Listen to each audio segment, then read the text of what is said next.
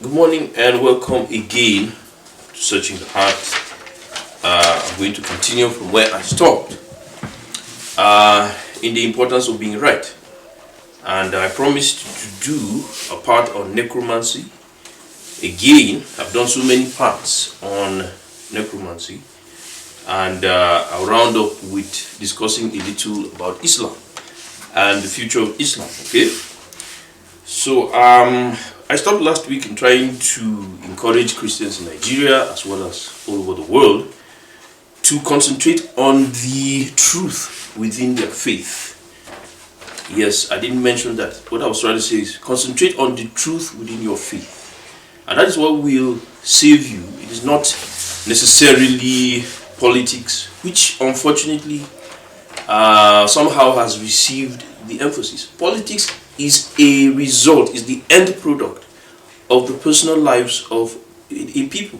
You cannot achieve what you want to achieve in politics if the people themselves, within the family level, within the community level, are not really convinced about the faith that they practice. Okay, so the result of persecution is very strong when the inside of the church is not healthy. But persecution will be very weak if the church is very strong from within. That is just the point I was trying to make. And that also applies to the issue of necromancy. Okay? Of necromancy. Necromancy, I've talked a lot about necromancy. And necromancy is an age-old tradition that I believe started with the tree of knowledge of good and evil. Okay? After the fall of human beings, of course, there was nothing left to do but to practice necromancy. And necromancy is a form of witchcraft, okay, that does not have the power of God, so it alludes to other natural forces and, of course, Satan to achieve the things it wants to achieve. And so I'll be trying to look today into some of the little practices and things that create a necromancy, trying to bring light into some of the things I mentioned in the last episode. Okay, the importance of names, the importance of symbols. Necromancy itself is a combination of the use of symbols, okay, and the use of language and the allusion to cosmic and paranormal experiences to produce a powerful result, okay, which is at the end witchcraft. Okay, so human beings tried to survive after the fall, it is believed, okay, because we know very little about the world before the fall. Scientists would tell us that human beings lived underground in caves for a very long time before they were bold enough to come out into the larger world. And evidence in the Bible is very clear. In the book of Enoch, which is an extra-biblical book, not in the Catholic realm anyway, and in the Orthodox realm, the book of Enoch is part of the Bible. But in the evangelical realm, it is not part of the Bible, okay? So there's evidence there that the human beings were afraid of two beasts. And those two beasts was Behemoth on the land and Leviathan on the sea, in the sea. So they hid, okay? They hid. And that is evidence, and that is where Genesis chapter 4 begins from. They were chased out of the Garden of Eden, and they went out into the greater world, and they were forced to hide, okay, from mighty beasts that troubled them, okay. So this is where they had to practice necromancy now to survive. Of course, the product of the tree of knowledge of good and evil instead of the tree of life. And within necromancy, there are some basic things that we have to understand. And when we understand these things, we understand how the world works today and how I reach some of the conclusions I have reached. And it's very clear, and many people know about this. It's just that these things are not spoken in the greater world. They are not spoken out. And so they influence us and they affect us, especially those who claim to be Christians. And we do not know. Okay, and we get into these things and we believe we are practicing Christianity, and this is the problem. Okay, so a man called Mr. Armstrong revealed these things. He harped on these things, and he believed that the greater church was not the real church. And we are seeing a semblance of what he said, happening again. Okay, so this is what we see here. Okay, so we begin with talking about the symbols after this. We read. So, what are the issues that create the world of necromancy?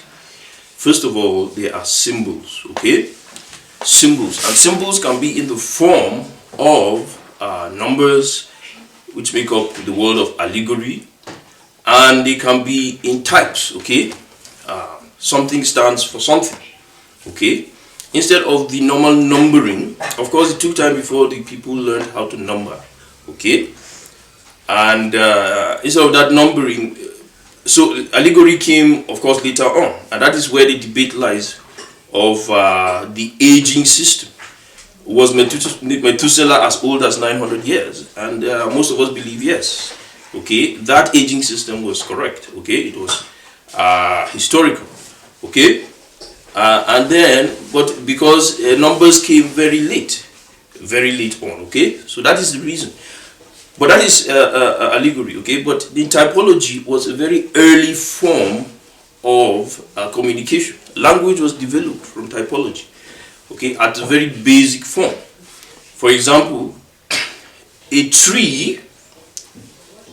Before I get to that, let me give you another form, another issue within this. Okay, the other idea is that, of course, to hide knowledge. Okay, to hide knowledge, typology is used, and allegory also.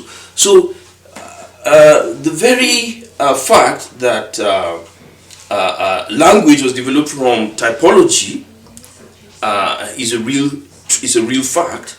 But again, even after language was developed, it was not freely used. Okay, because people wanted to hide information, and we see that very late on in the book of Revelation. The allegory and the typology mostly used in Revelation was meant to hide meanings. Okay, and that is why it is so difficult to interpret up to today. Okay, so the debate still goes on. Is the records in the book of Genesis from chapter 1 to 11, are they historical or are they typological? So there's that debate, and we're still unpacking that. Of course, I believe that there's a lot of typology in that place. Okay, and also the date. But one thing we know is that the dates are not very accurate. Okay, they are very conservative. That period extended a very long period of time. Okay, so these are the facts that we know, and so from this we will try to now bring out the issues that that now the people had to deal with, and this created the world of necromancy. Okay, as opposed to the system of knowledge that included the tree of life. Okay, that God himself founded from the beginning. Okay, so the world where the people lived in caves and in hiding was totally different from the world that was described, called the Garden of Eden. Okay, and of course there are still debates, but archaeologists and scientists are debating within themselves. There are evidences of both worlds. Okay, right now being uncovered. Okay, civilizations that date thousands of years that cannot be explained. Okay, so this is the problem that we see here. So let's delve right in. Okay, first of all, when we talk about types, I was going to talk about that. Okay, a tree represents a system. Okay, a system of knowledge, a system of life. Okay, a tree generally. Okay, of course we see it separated as the tree of knowledge of good and evil and the tree of life. Okay, but generally a tree represents a system of knowledge, a system of life. Okay, and life itself. Okay, authority also is represented by a tree. You can go down and you look, stars. Okay, are represented. They represent gods. Okay, from the early times. The people believed that the stars in the heaven represent the gods, because they, first of all, they didn't even understand what they were. Okay, they didn't know they were worlds like Earth itself.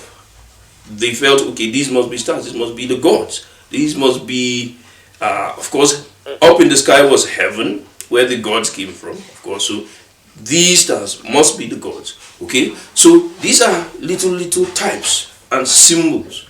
Okay, later on they developed other types like animals. The lion was a dominant animal. Okay, and it represented, of course, kings and rulers. Okay, but before the lion, remember, there was Leviathan and Behemoth. Of course, Leviathan popularly represented the serpent that deceived Eve, Satan, the devil himself. Okay, so these were symbols used to represent what the people real things, okay, that help the people to communicate with one another. Okay, they use these symbols. Okay, and so this went on and on. Okay, so that is the world of necromancy. Okay, these symbols were used to communicate, to talk to, they used it to talk to one another, to represent things that actually existed on the earth. Okay, so so the next step that we will have to go into is understanding how this relates to the world that we live in right now. Okay, the third point that must be emphasized here is that the language of God or the spirit realm is very different from the language of the people. Okay, apart from the use of necromancy to communicate within themselves, they needed to hear from God. Okay, and so at another level, these symbols were used to teach the people language. It's like a parent trying to teach his child, you know, how to read and write. Of course, we begin from symbols, and so these symbols were used. Okay, so that is at the third level. But at the end of the day, when we look at this, we discover that this is one of the arguments between science and religion. Okay, religion is very pre-modern. Okay, it's primordial in that form. Okay, and so it's very simplistic. And so science tends to look down on religion for that, because it still uses these symbols, okay, to speak.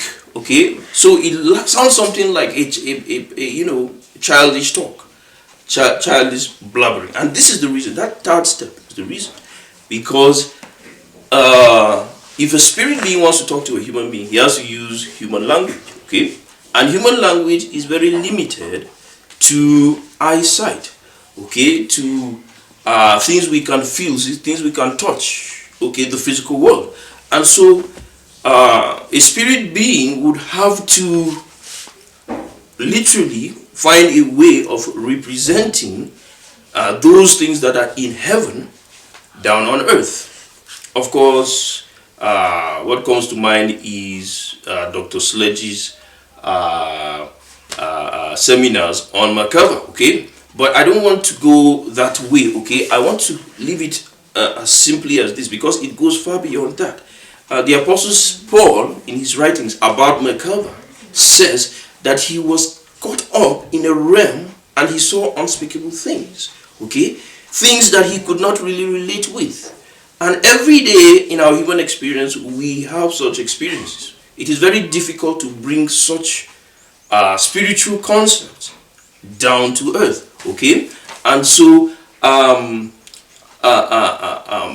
as science progresses, it claims to know these things, and sometimes truthfully. If you follow my discussions on the book of Ezekiel, you will see that science has been able to unpack and fulfill some of the revelations in the Bible. Okay, but up to today, as far as those revelations, forget about what Neil deGrasse Tyson says. He's talking strictly as a scientist.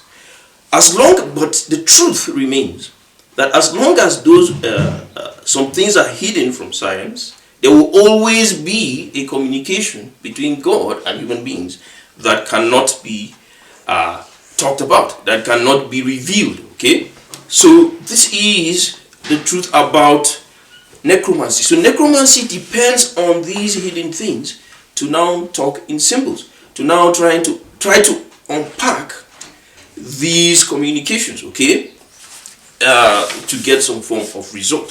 So this is what necromancy is all about, and that will take us to the point I raised in the previous video, the issue of Elon having the name mosque, okay, mosque, okay, that sounds like mosque, the Islamic mosque. Every day we have things like this because from the beginning, it was a result of the beginning, okay. I'm not trying to raise any issues. I'm just saying, okay, every day we deal with these issues, okay. Names have meanings, okay. People are named for a particular reason, like the name Eve, okay. Eve meant the fertile one, okay, and that's how the story goes. Adam was lonely, didn't have any children until he met Eve, okay, and her name means the fertile one. So every name from the beginning has meanings. Even up to today, in our local tribes here in Africa, names are always given to children based on if there was a lot of rain during that time, the person is named using that. If his father was in a particular profession, yes, he might be given a name according to what his father was doing. If he was more inclined to his mother's way of life, he would be given a name towards that, showed that. If he was born in a particular place, he will be given a name based on that. Whether a stone or, a tree or a rabbit, things like that. So names are given according to that, okay, following that pattern. And of course, you see that aligns very well with the use of symbols, okay, in language. And necromancy takes advantage of this to create meaning, okay. That is the point of everything.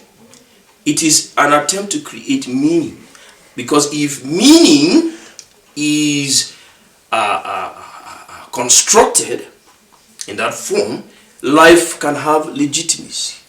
We will talk more about this after this.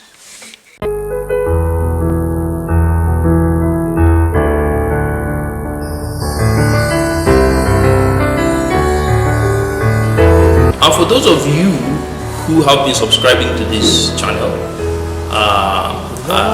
this is an opportunity for me to say thank you.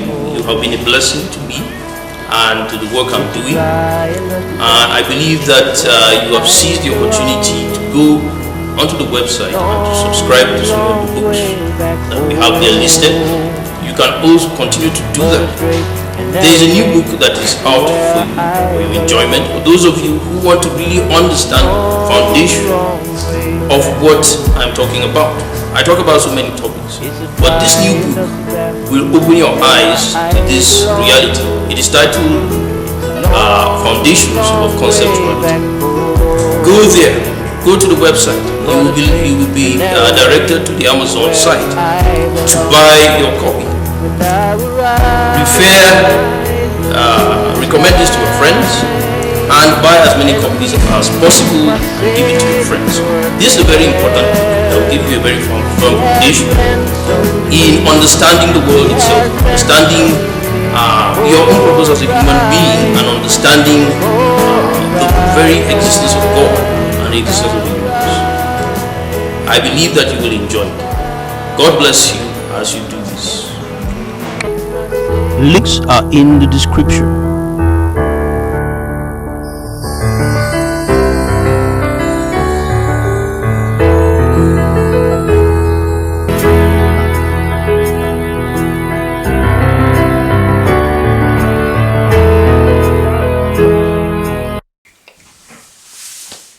The search for legitimacy.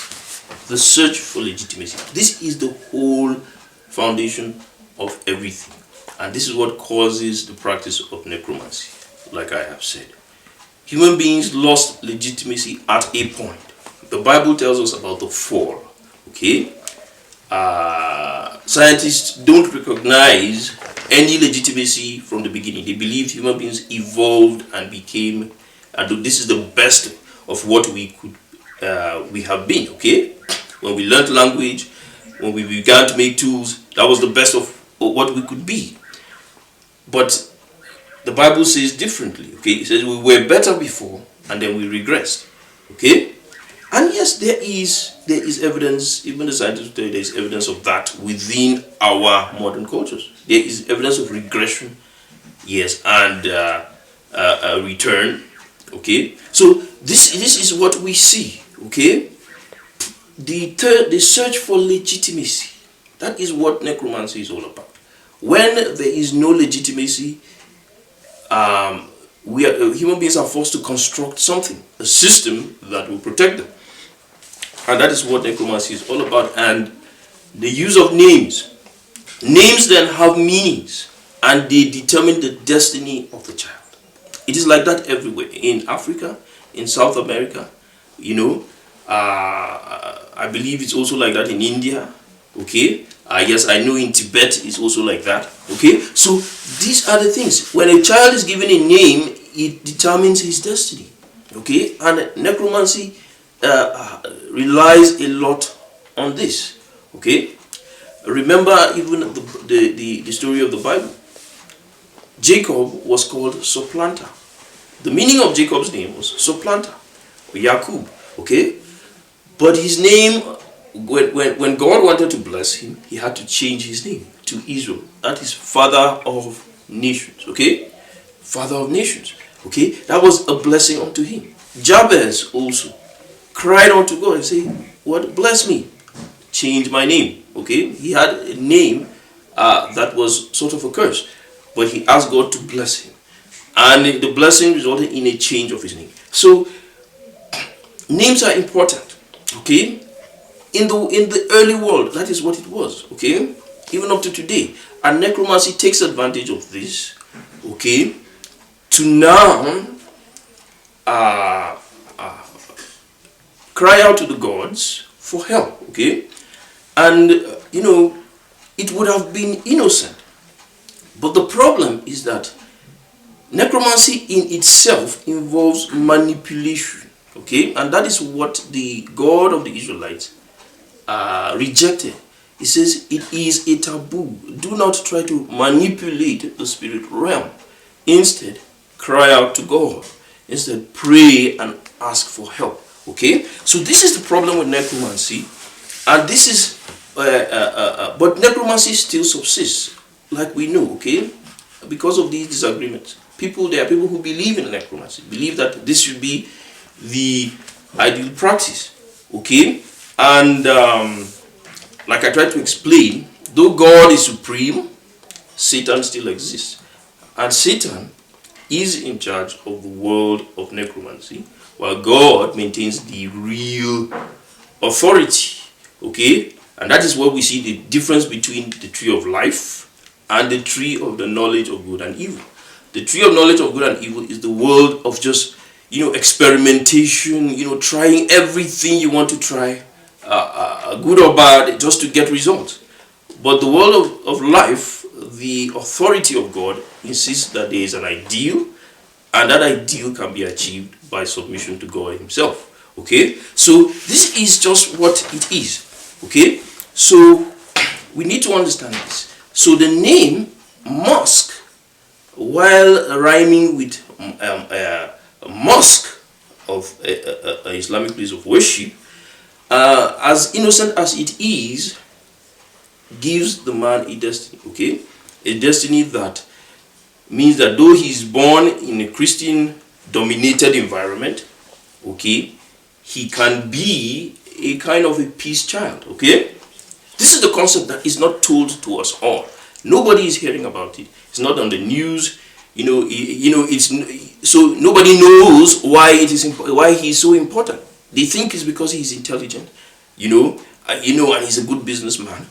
No, but it's because he just came out at the right time, in the right place, okay, and by the will of God, okay, and because of the imperfection in the world. God works, though God is a perfect God, he works with the imperfection that still happens, okay? Because he's trying to remake the world, okay? So within that cosmic space, Elon now comes out as a peace child, okay, to bring peace. But this is only subject to his own response to that destiny, okay? So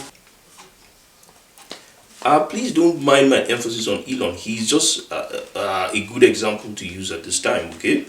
There are other examples. You look at Barack Obama, of course. Barack was a Kenyan, okay? His father was a Kenyan. His mother was a European, okay? Was his mother a Jew? I don't know, but why did he choose the name Barack? Okay, but Barack is a Middle Eastern name, okay? So names have meanings, names have importance, okay? He also was a peace child, okay? We need to understand that.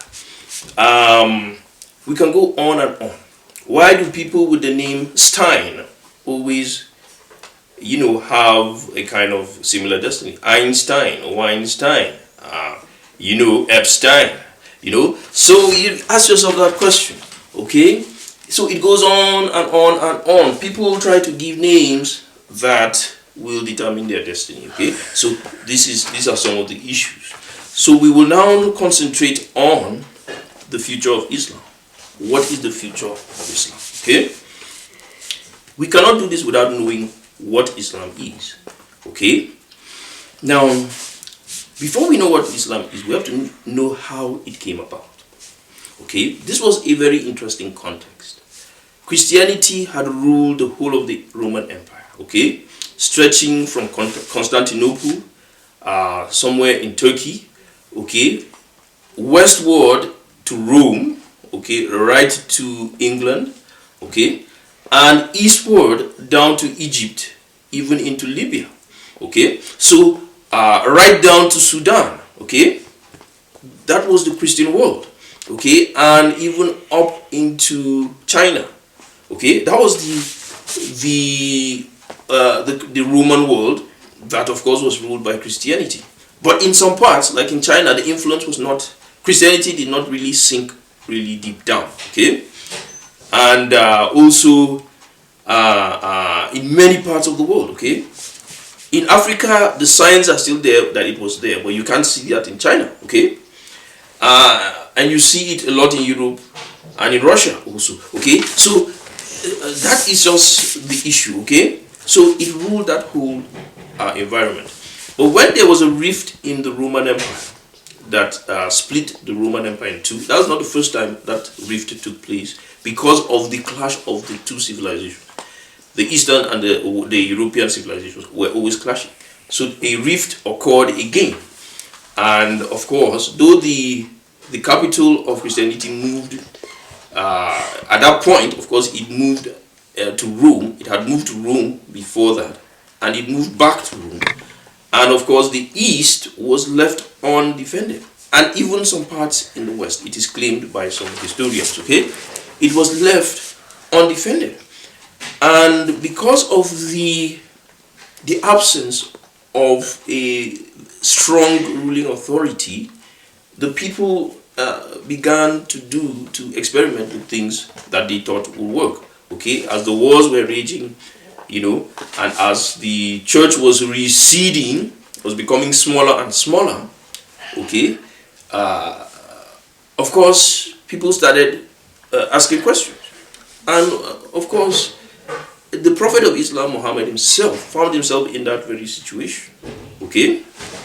He had Christians, he was married into a rich family, of course, and some of those had been Christians, okay? And so he had some contact with Christianity, and Judaism itself was still very rife, okay? So within that context, he claimed to have come into contact with the Spirit of God, who instructed him to revive the genuine faith. It wasn't, anything pre-created, but the genuine faith. And what was the genuine faith then? He referred to the people of the book, okay? And in referring to the people of the book, he was talking about the Bible, okay? And we know the history that at a point he even consulted with the Jews and said, look, I am the prophet now. Yes, trying to revive the faith. And of course, a rift also occurred there when the Jews rejected him, as they had rejected Christ before. Okay, so this was the context in which Islam now came up. The Prophet Muhammad was able to rally his hometown and the people around that area, into his own new religion, which he believed was the genuine religion, based on the Torah itself, okay, and of course the witness of Jesus Christ, okay, and created a new religion. Of course, the differences were clear, that Jesus was not himself the Son of God, but a prophet, and that, of course, some of the details found in the Torah were a bit different from what was claimed. So this was his own version of faith, and this is the context, okay? So when we understand that, we will understand what Islam is all about. Islam was about revival, okay, of a genuine faith that was dying in the Eastern territory because of the rift in the Roman Empire, okay? So it was a revival, okay? And of course, we have seen such revivals before, okay? Even the Jewish faith itself is being accused of being a revival of an older faith, okay? So these are things that, of course, we don't have enough data, to really confirm what was the nature of that older faith before the Jewish faith, okay?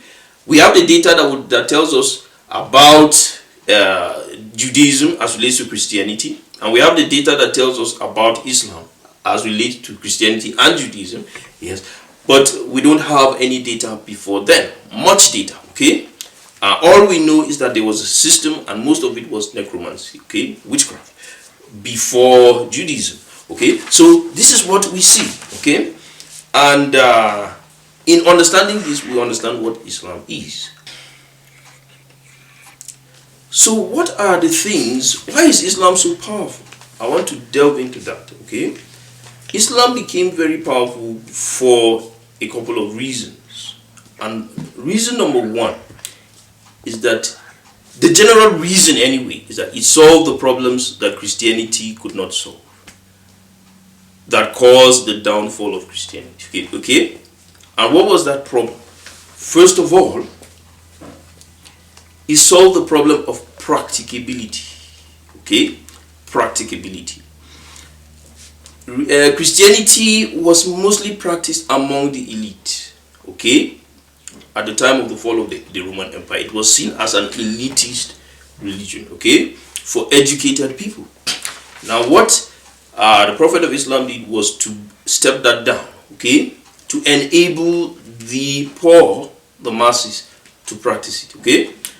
And one of his most important tenets, I have spoken about this before, was to introduce the allo, what they call today as the allo method, okay? Children are forced, just like the Jews, to read in Arabic. In the Jewish, it is of course, the Hebrew language, but that is what he instituted. The study of the Quran in Arabic to little children, okay? And that is all they know as they grow up, okay? So it was something that the people were forced to do, and they could relate to it, okay? So he removed the idea of free will, and he enforced this practice, among the little children. Secondly, he introduced polygamy, okay? He introduced polygamy. Christianity had formerly insisted on one man, one woman, okay, one wife, okay, especially for leaders in the church, okay, and of course he liberalized that, okay, and it allowed the simple people who wanted, who were mostly agrarian, to marry as many wives so that they will have more children and they could farm, okay. So that is number two, okay. So the third one was the issue of government. I've mentioned it in part, okay. The government was a theocracy. It was enforced, There was no liberalism in practicing your own religion, while allowing certain forms of necromancy. Okay, he enforced. He was not too strict on the one God issue. One God was a very, very important concept in what he was doing, but he wasn't that strict. Okay, by allowing necromancy, he wasn't that strict. Okay, and this was the things he allowed. Okay, he stepped down the reading of the Quran down to the simple people. Okay, he allowed them to marry freely, more than one wife, and the culture of divorce was allowed. Okay, and on the third level, of course, government was strictly enforced. Okay, so that is what he did that the Christians could not do. Okay, that kind of, in his own human way, corrected the failures of the Christian theocracies that came before him. Okay, and so that is why he was very successful. Okay, and in doing these things, he tackled the human problem. While Jesus Christ taught human beings how to resist sin, what he did was to accommodate certain forms of human failure. Like I mentioned in the first podcast, the church realized that a little evil in the defense of good is okay. Islam doubled down on this. Okay, as an organized religion, it doubled down on this, and it allowed those little evils like marrying more than one wife, like jihad itself, which was holy war. Okay, and was able to now succeed a little more than Christianity had succeeded in, especially in that area in Arabia and in North Africa. Okay, so this is what we see happening. Okay, of course, it didn't succeed as much in India. Okay, and didn't succeed in going into China as much. Okay, so this is it. So this is how it succeeded in that very enclave. Okay, and because it's doubling down on the culture of the black person. Okay, which is very close to the culture of the Arabian. Okay, so this is just the problem. Okay, so what is the future of Islam? Let us round up with this. Islam went through a difficult time during from 2001 up to today with the rise of radicalization, again, the concept of jihad. But the same principles that made it powerful are still coming up. Okay, most Africans and that many have immigrated overseas, and Arabians who have done the same thing are seeing the failures of the West. And what are these failures? The failures in the pop culture, failures in the transgender debate and same-sex marriages, and this has opened the door for Islam to become powerful again.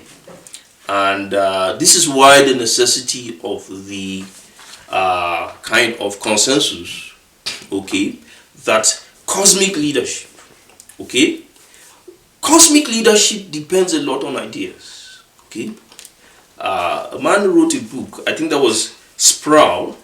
Okay, that was Sproul. He wrote a book titled The Consequence of Ideas. Okay, as much as we want to think that ideas are vague, okay, ideas rule the world. Okay, so ideas have a cosmic power. Okay, so I don't have to be a president of a country. I can be very powerful if the prevailing cosmic space supports my existence. Okay, and this is what we find in the existence of people like Bill Gates. Okay, in the people like Elon Musk. Okay, in Muhammad himself. Okay, so a prevailing idea makes it possible for somebody to exist, and once he exists, he becomes a force to reckon with. And this is the arena where spiritual phenomena play a very important role. Okay, so we must understand this. Okay, so this is what is happening at this time. Okay, the consensus is that Islam is becoming more powerful. Okay, while Christianity also has a very strong claim to this heritage, the weakness of Christianity is that it allows a lot of freedom. And once you remove freedom from Christianity, it becomes Islam. So immediately, Christian leaders in Africa tried to crush freedom and expression, freedom of expression and freedom of practice, freedom of choice in even practicing the religion. Islam becomes more powerful. Okay, so it is strange that they find, and that is why I did a piece on why the church is falling. Okay, the fall of the church. That while trying to strengthen the church, they find they are actually strengthening Islam, because the church does not work on forceful conversion. Okay, it works on free will. God Himself designed it this way. Okay, because God is not necessarily interested in the world system. Okay, He's interested in the kingdom of heaven, and the kingdom of heaven does not have its source on earth. It has its source in heaven. Okay, so the world will end one day, but the kingdom of heaven will continue. Okay, and it will still propagate a new world. And this is why Christianity may actually recede, so that it may grow again later on. Okay, but we don't know. We are still waiting to see. Based on the revelations in the book of Revelation, yes, that will happen, and it will result in the coming of Jesus Christ Himself. Okay, and so we are yet to see how that will manifest. I am David Dunjichinke for you in Searching the Heart.